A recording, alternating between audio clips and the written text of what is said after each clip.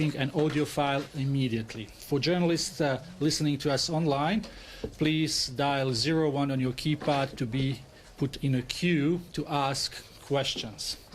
Today we have with us Dr. Tedros, WHO Director General, Dr. Mike Ryan, Executive Director for WHO Health Emergencies Program, and Dr. Sylvie Briand, who is the Director for Global Infectious Hazard Preparedness. We also have Dr. Maria Van Kerkhove, who you already know, as well as we have our Director for Strategic Planning and Partnerships, Scott Pendergast. Two of them may be answering some questions. So I'll give the floor immediately to Dr. Tedros for his opening remarks.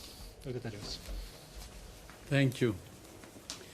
So today's press conference is as what we have already announced, that we will have a daily press conference starting from today. So this will be the first one. And we will continue to have a daily briefing unless you're tired of us.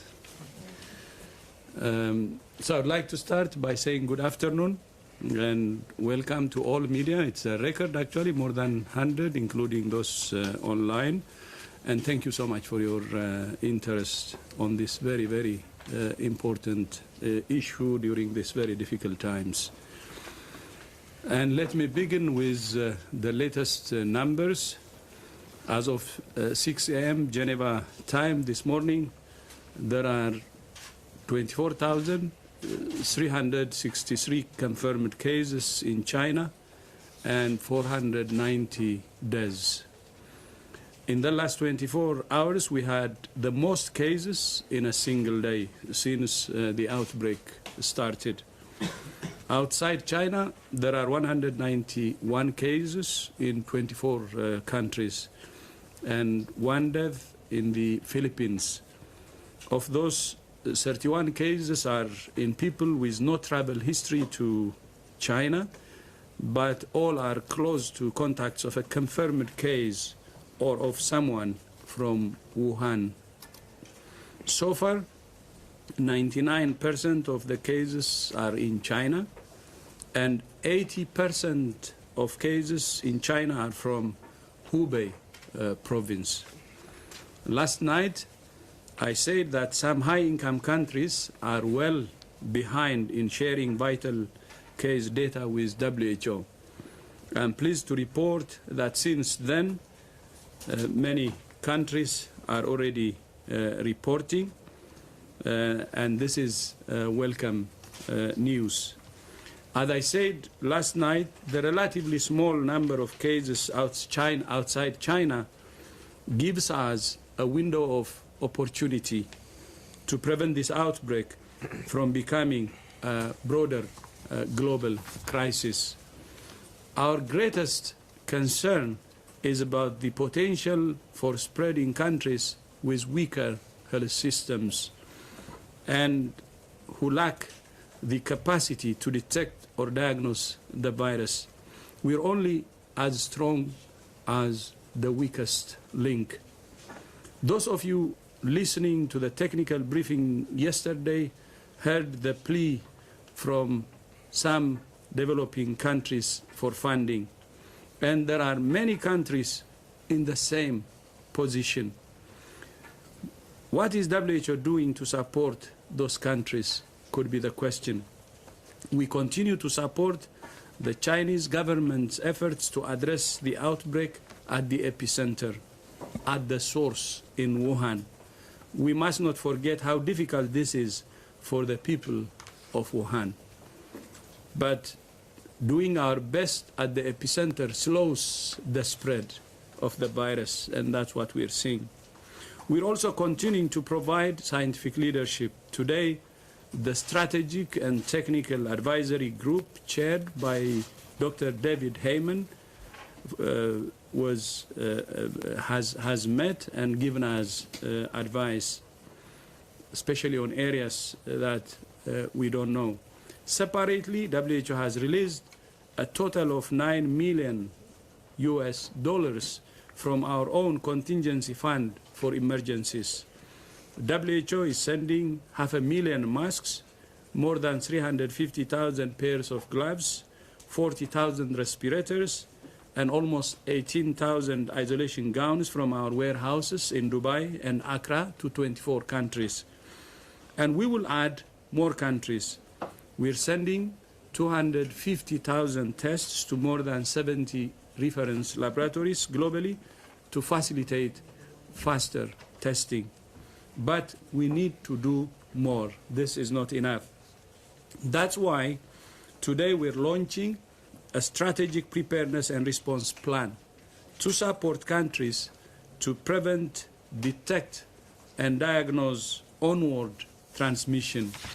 We're requesting $675 million to fund the plan for the next 3 months.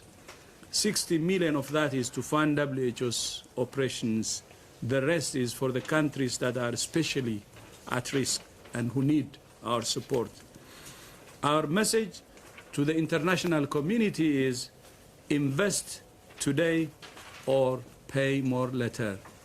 Invest today or pay more later. $675 million is a lot of money, but it's much less than the bill we will face if we do not invest in preparedness now during the window of opportunity that we have.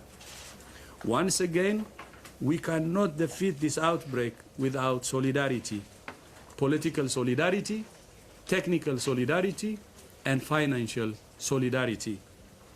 I would like to thank the Bill and Melinda Gates Foundation for quickly stepping up to offer $100 million in support for accelerating response efforts, strengthening preparedness systems in the most vulnerable countries, and to support diagnostics, vaccine and treatment research and development. As you know, we're working very aggressively on developing therapeutics and vaccines, and this pledge from the foundation will help us in speeding up the research on therapeutics and vaccines.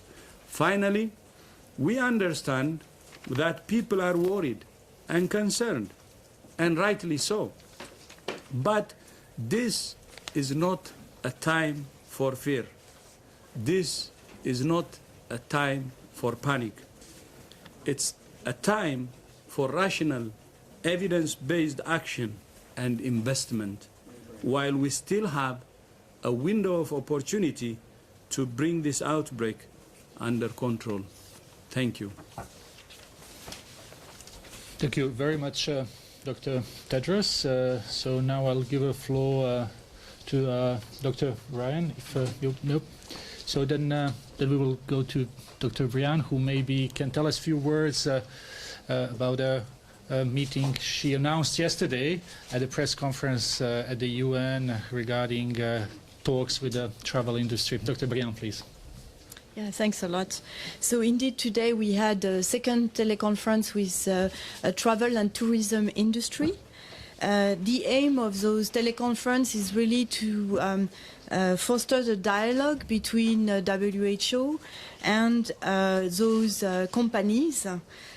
Most of them are, our interlocutors are umbrella companies, such as the UN, World Tourism Organization, or IATA or ICAO, and so and also some individual airlines that are attending those calls. So, as I said, the aim is to really have a good dialogue with them. Firstly, on the situation. Secondly, on the risk, how they perceive the risk, but also we can then comment on what is the risk and the evidence we have on the risk and the disease. And we discuss also the measures that are put in place, whether these measures are for their customers or the measure for their own employees.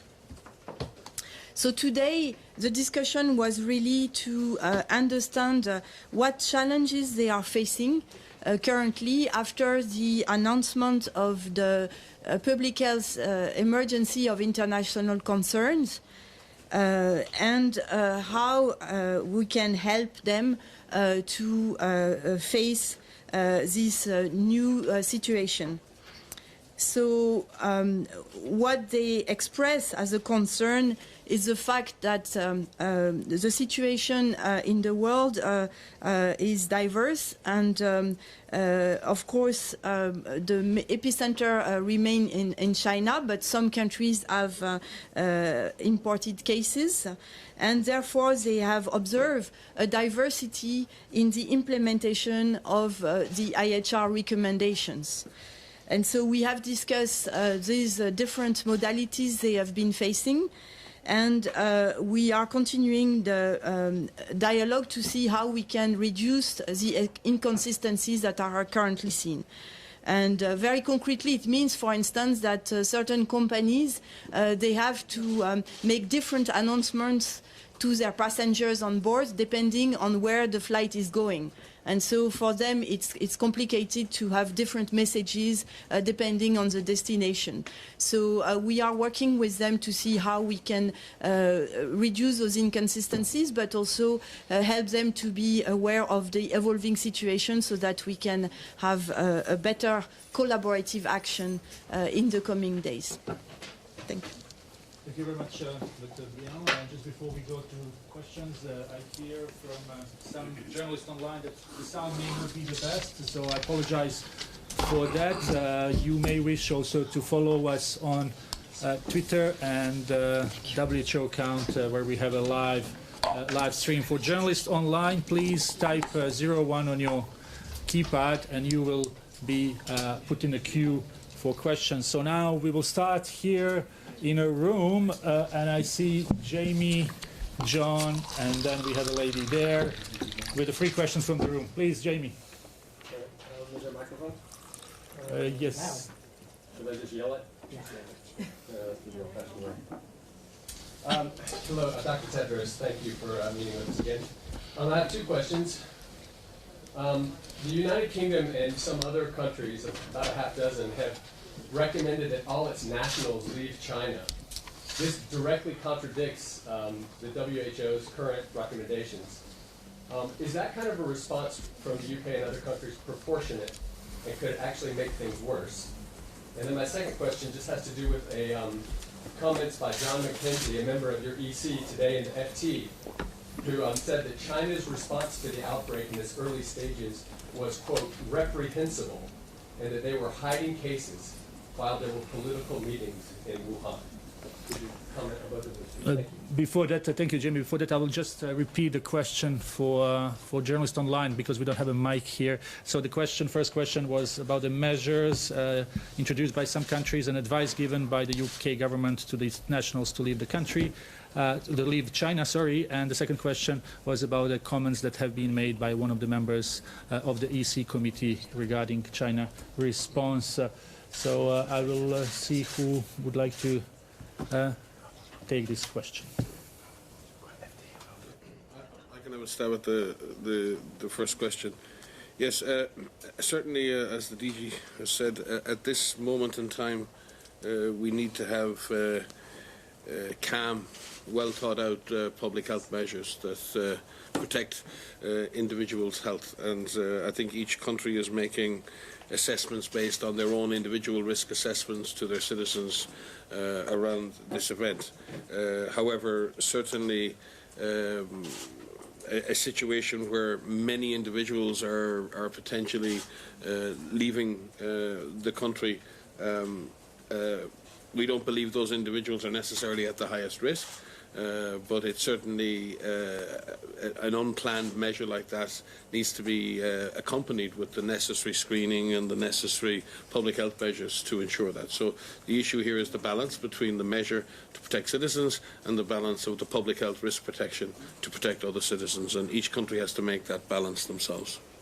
But we will we are monitoring all public health measures, and we've been doing a systematic review over the last 48 hours of all measures taken by all member states, and we will be sharing our assessment of those measures with member states and sharing with other member states exactly what everybody else has been doing, and try and bring some cohesion and order to that process in the coming days. Yeah, thank you. And to that, I would also add that You know, considering China as if the problem is the same in all provinces could be wrong, and it's wrong. For instance, 80%, I have said it from here, cases in China are from Hubei province. So that blanket, what do you call it, approach may not help. And that's why Mike is saying, let's make it evidence-based. And we encourage all countries to make their decisions based on evidence, not just a blanket coverage.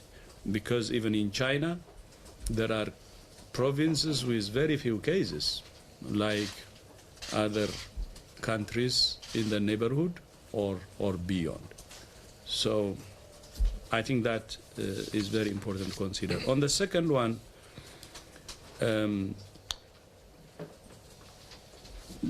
first of all, John is not a member of WHO. He's not a staff of WHO.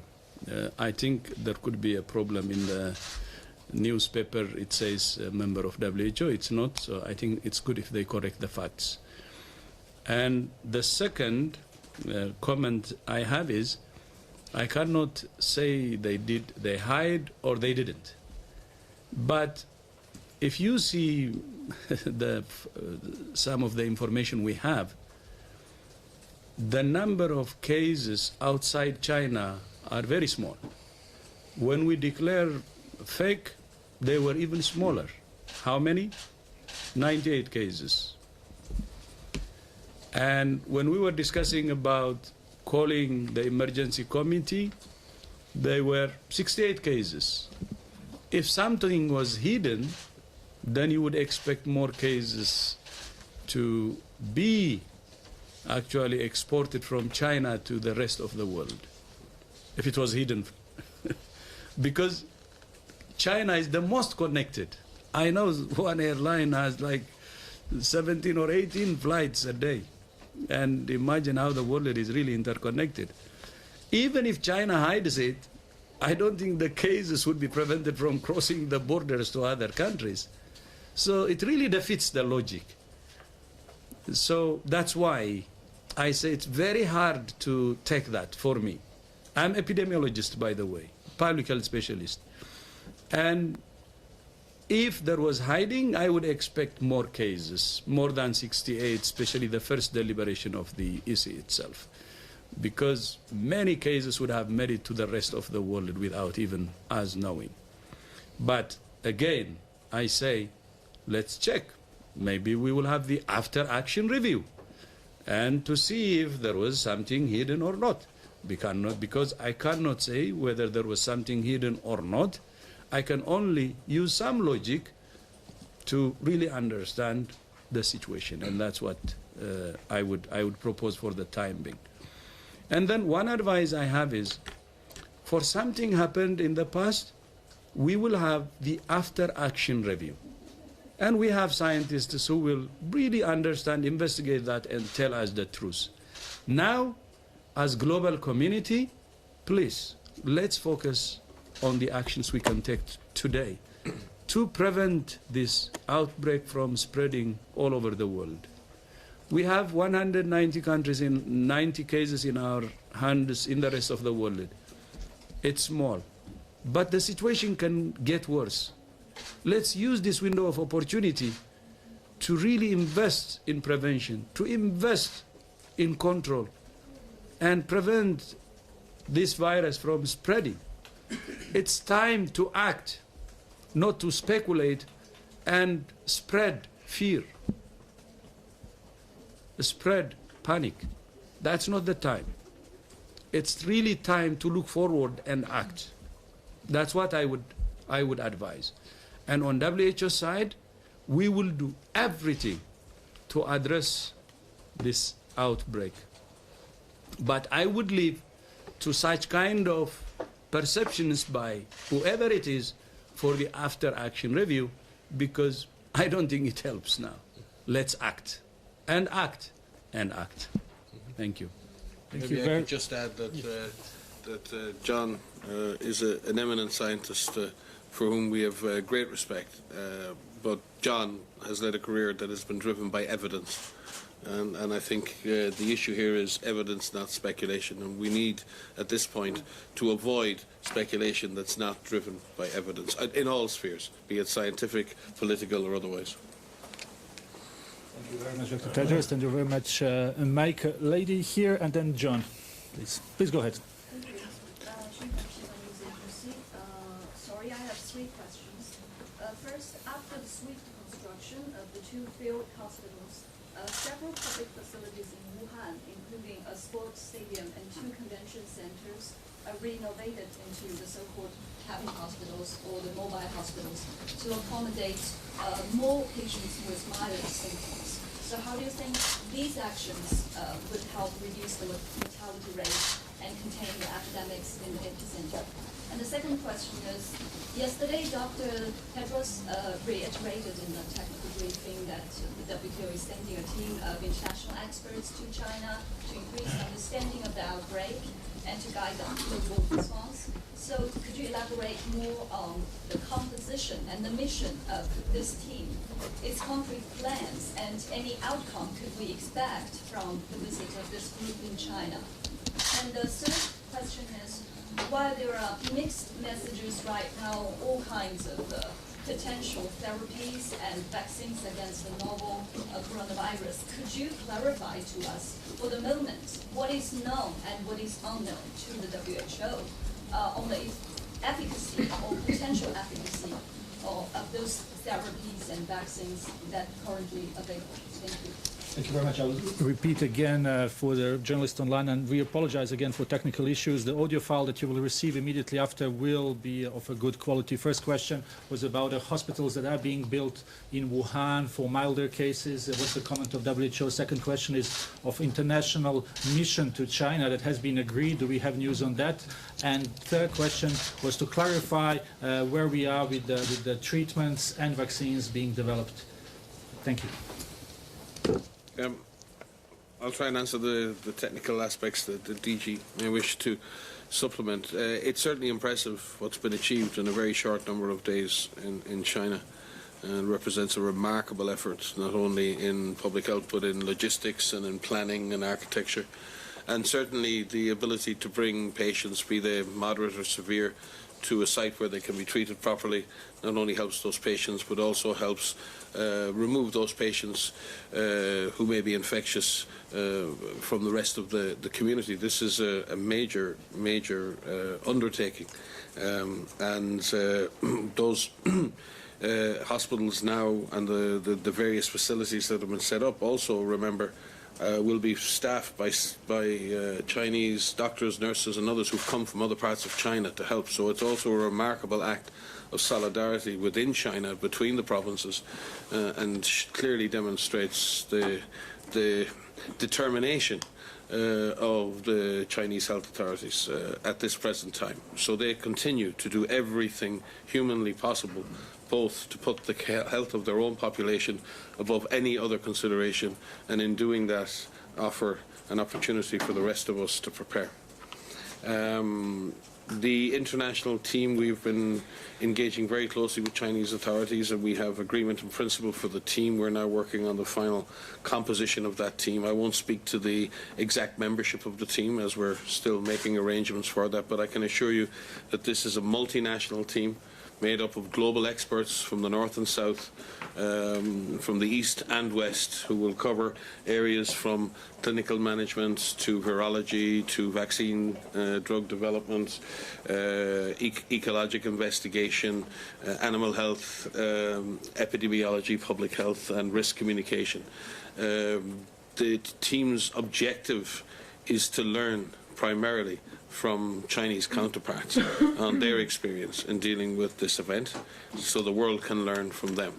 There is also a huge opportunity for collaboration, for sharing of ideas, in order to shape studies in China and studies abroad, so we can have a coherent and evidence-based approach. So it would be silly to suggest that a small international team by itself can in any way do more than learn from China and offer whatever brain power it can to our Chinese colleagues, who at this stage must be very tired.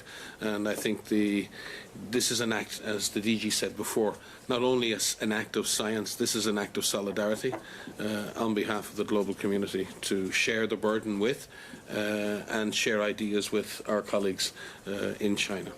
The last question was on therapeutics. Yes, there are no proven effective therapeutics for novel coronavirus. But what we have seen in previous epidemics associated with coronavirus, and we see in this event, that a high standard of care in providing intensive care, especially respiratory support and support to other organs, is very important. This epidemic, and if you look at the age and sex distribution, is predominantly causing severe disease and death in older patients, many of whom have underlying conditions.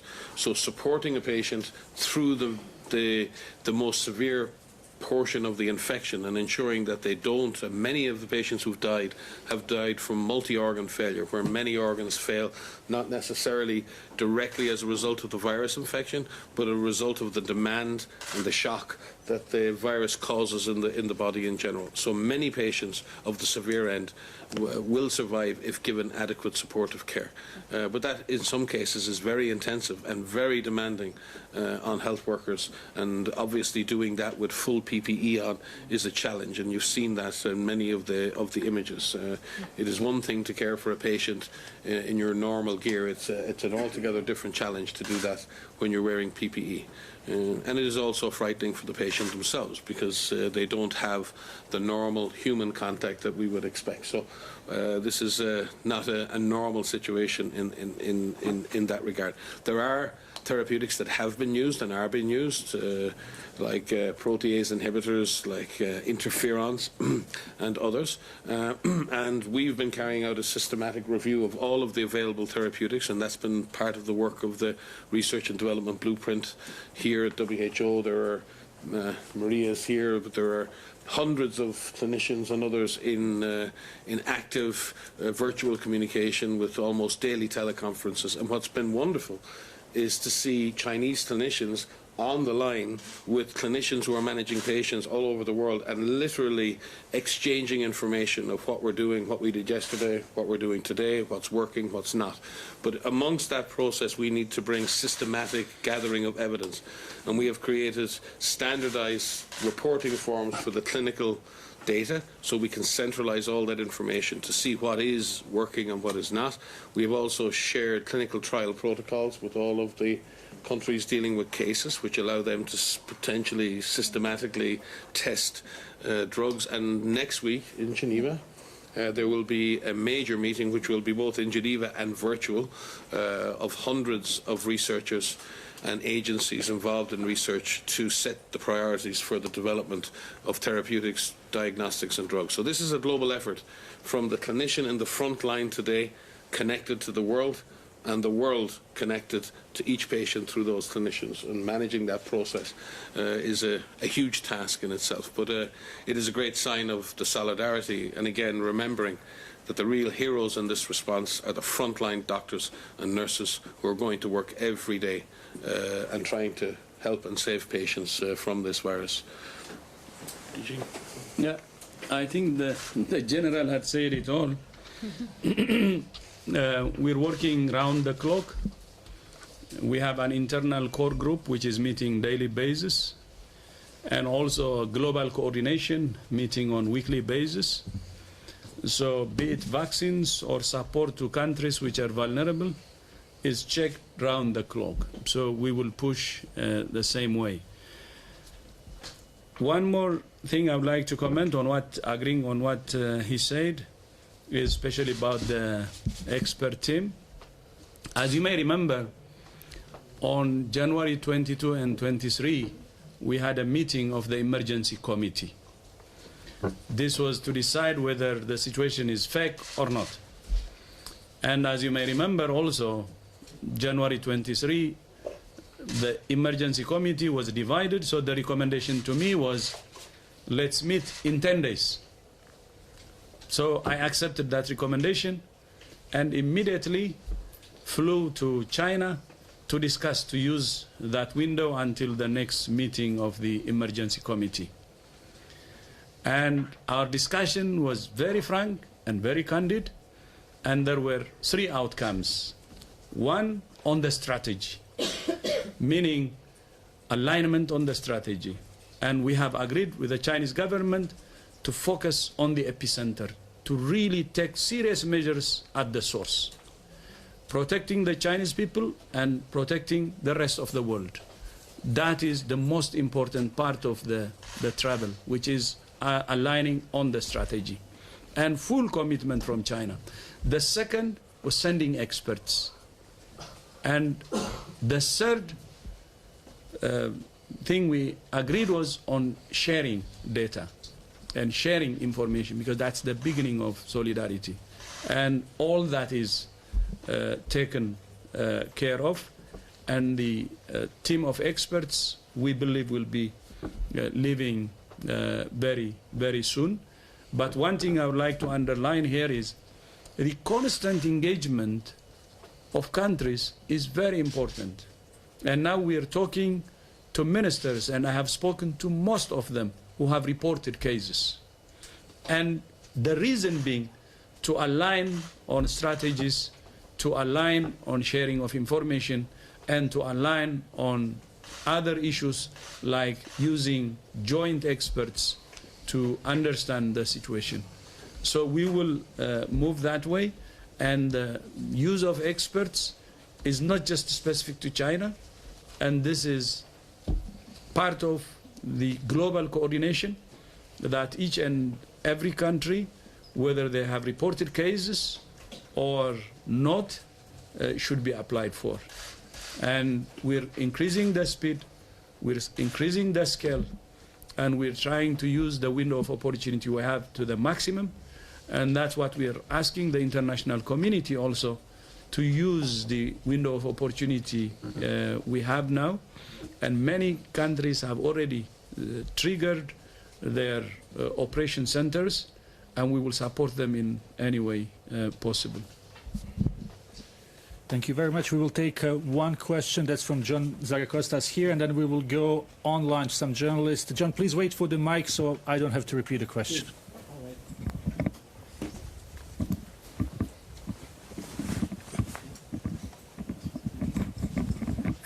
Yes. Good afternoon. John Zaracostas for France 24 and The Lancet. Dr. Tedros, you just mentioned that one of the agreements in Beijing was the sharing of the data. Can you shed some light how much of the confirmed Chinese cases you've received the data in Geneva and in regional offices? Yesterday you read the Riot Act that many developed countries, less than 40%, had provided the data. What is the situation with the Chinese data? What percentage has been received? The reason I'm saying that, there was a classified briefing yesterday in Washington, and the most senior senator in the US Senate basically raised concerns about the reliability of the Chinese data. So if you could put that to rest. Thank you.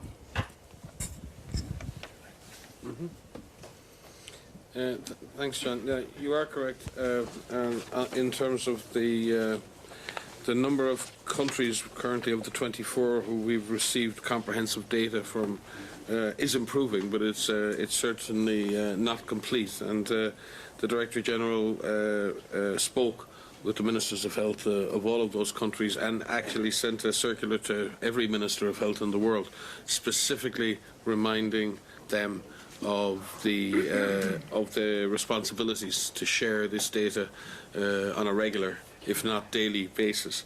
We also, the DG also asked not only for the sharing of the surveillance data, cases, confirmed cases, but for the results of the community studies and other transmission studies that were being carried out, so we can collate all of those together. And we've been looking at a lot of that data that's been received so far. The Chinese authorities continue to share with us daily numbers. They also continue to share with us, as they did at the EC, detailed epidemiologic descriptions and clinical descriptions of the cases, including epidemic curves. We the issues they face in the last week with the growing number of cases is sharing detailed and translated individual case forms. You can imagine the challenge for country X that has 12 cases are very different to a country that has reported 4,000 cases yesterday. So I think we need to leave a little bit of leeway and room here. This is a challenge, and we're very careful that we don't want to overtax the system, but at the same time get the information we need. We're certainly pleased with the clinical information. We're getting very detailed information on the clinical experience. We're getting very detailed information on the work being done in the lab. As you've seen, they've shared the country continues to share sequences on open platforms. So overall, we're pleased. We would, though, obviously like to have as up-to-date information as possible, but we say that to all member states. We say that now to every member state that has cases, including China, that we would like daily disaggregated data from them. And this is not so WHO has data. That is not the point. The point is that the world has the evidence it needs to make good decisions in the coming days and weeks. And within the strategic response plan, there's an element of that's around that global coordination function, and you'll see how that's costed out. But you'll also see in the strategic response plan that the vast majority of that investment is actually targeted at countries so they can build their capacity to detect, assess, contain, treat cases and report those cases at the global level. So if you point yourselves to that plan, the core of that plan is about improving our collective capacity to detect, prepare and respond to this event. Thank you very much. The answers were quite long, which is good, but we will have to leave soon, so we have time for 2 more questions, and I think it's fair that we give one question from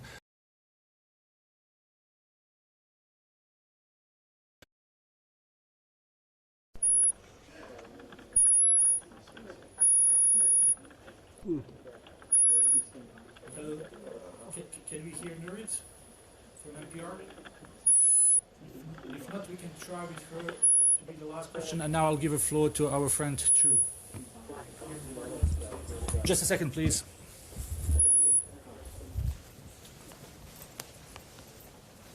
Thank you. Thank you. I have 2 questions. I'm Liu from China's Xinhua News Agency. First one is specific for Dr. Michael Ryan. There are reports about U.S. drug companies. They're sending their anti-HIV drugs to China. Actually, the drugs have already arrived in China yesterday. 2 companies. One is Johnson & Johnson. The other one is AbbVie. The question is, how come these 2 anti-HIV drugs has anything to do with this coronavirus from the technical point of view? And the second question is, also there are reports that because of the shortage of not only the PPE, as you call it, but also the diagnostic testing equipment at the epicenter in Hubei, actually in Wuhan city, there are death cases. People are dying even before they are diagnosed as confirmed cases. They're not even suspects, and because of the limitation of the hospitals and the medical resources, they are not admitted to those hospitals.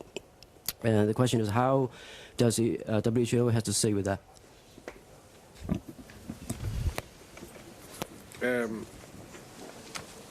First of all, on the anti-HIV drugs, as I said previously, there are no current therapeutics that are thought to be highly effective in the treatment of coronaviruses in general.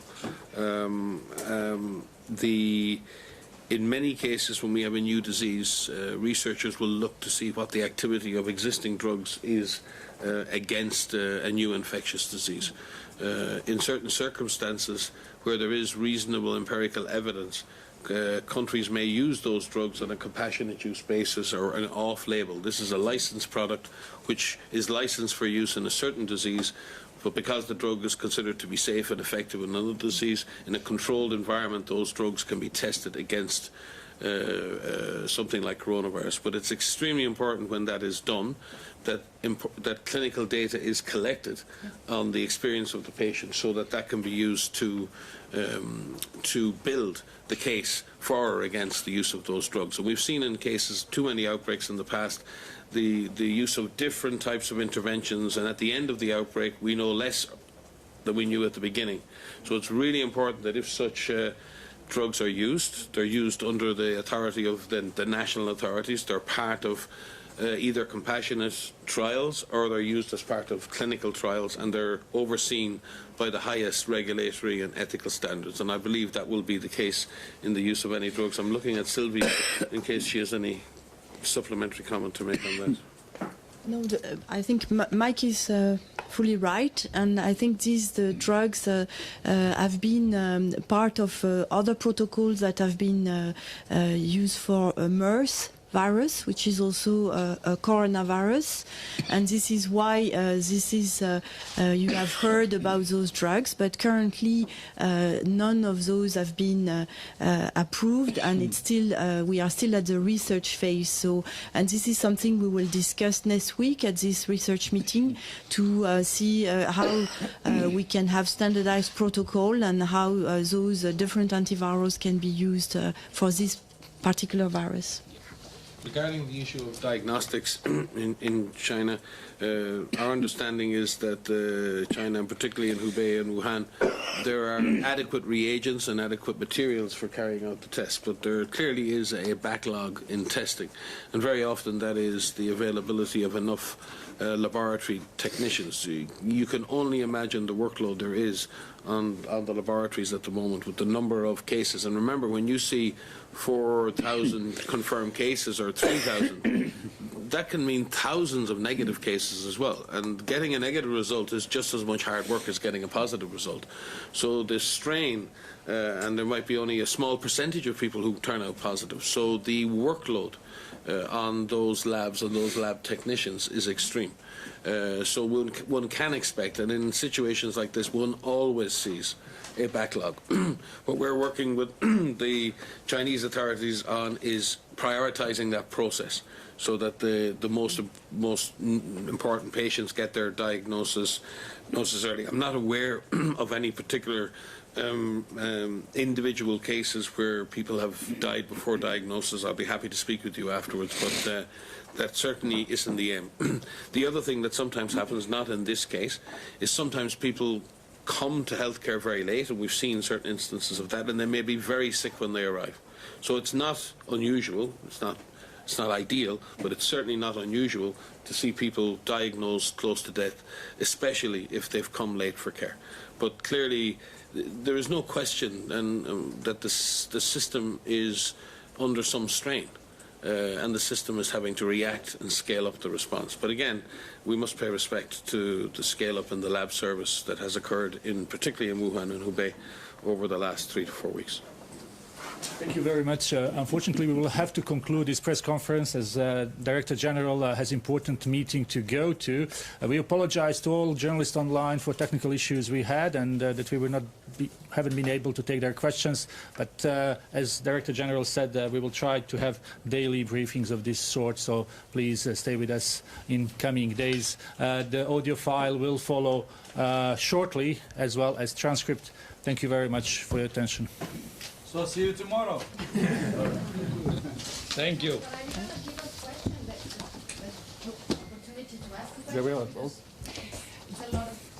We're going to do daily briefings, but I've got to get the DG out of here because he's got a meeting upstairs. Keep him here. He's our friend. Why not you stay and then continue? What I will do is, I will leave my two colleagues, the general and the We'll bring Maria in. and Maria come, Scott. and Scott. In 6 minutes. So you will excuse me, but I will keep my colleagues behind. The board meeting, as you know, is ongoing, so I have to go and answer there also, okay? I think this is a good deal. Bargain. See you tomorrow. Bargain. See you tomorrow. Come here, So, please.